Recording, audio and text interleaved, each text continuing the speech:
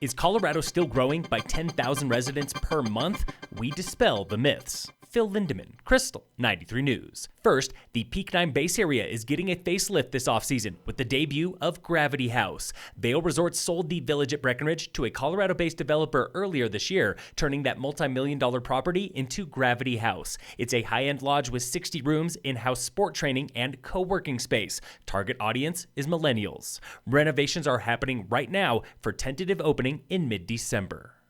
Colorado's population is growing, but is it booming? State demographer Elizabeth Garner says not quite. Certainly, Colorado has been increasing, but our increasing has been about 1.4% annual average growth rate. That translates to about 80,000 new residents, split between 50,000 transplants and 30,000 births. Nowhere near the booms that we saw in the 90s, which was like a 3% growth rate. But those numbers do not match a shocking population headline reported by many news outlets, 10,000 new residents per month last year. Garner says that does not account for the thousands of residents who left the state every month. Not a boom, certainly not a bust, and it's right about where we were forecasting. To put things in perspective, projections show another 80,000 people this year for 160,000 new residents since 2018. That year alone, Texas added 380,000 people.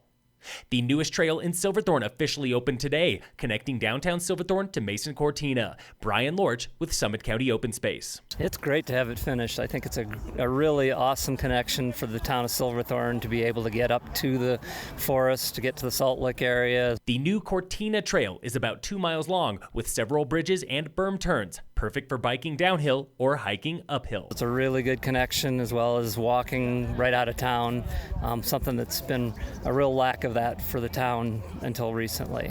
Volunteers and county staff spent more than 1,000 man-hours building the trail all this summer, including 7 volunteer days and 4 weeks of handwork from a 15-person Rocky Mountain Youth Corps crew. The trail starts on 3rd Street and ends at Silver Hills Drive. Be careful at the street crossing on Royal Buffalo.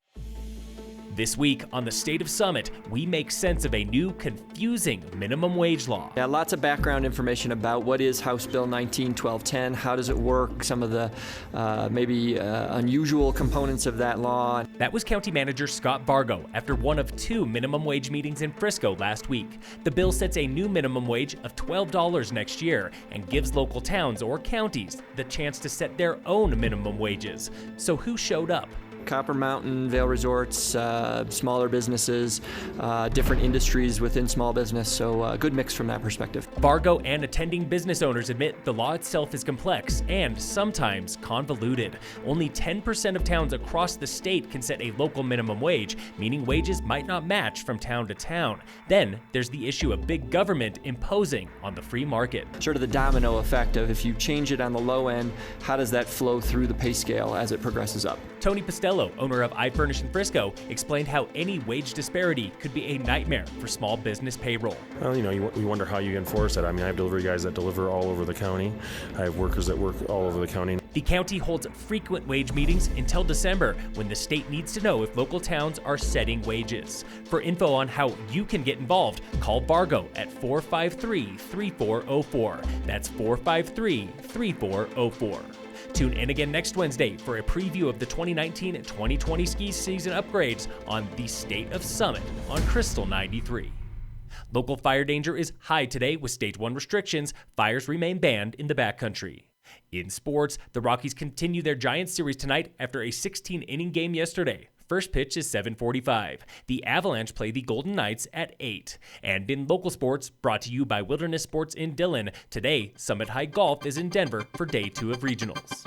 Phil Lindemann, Krystal, 93 News.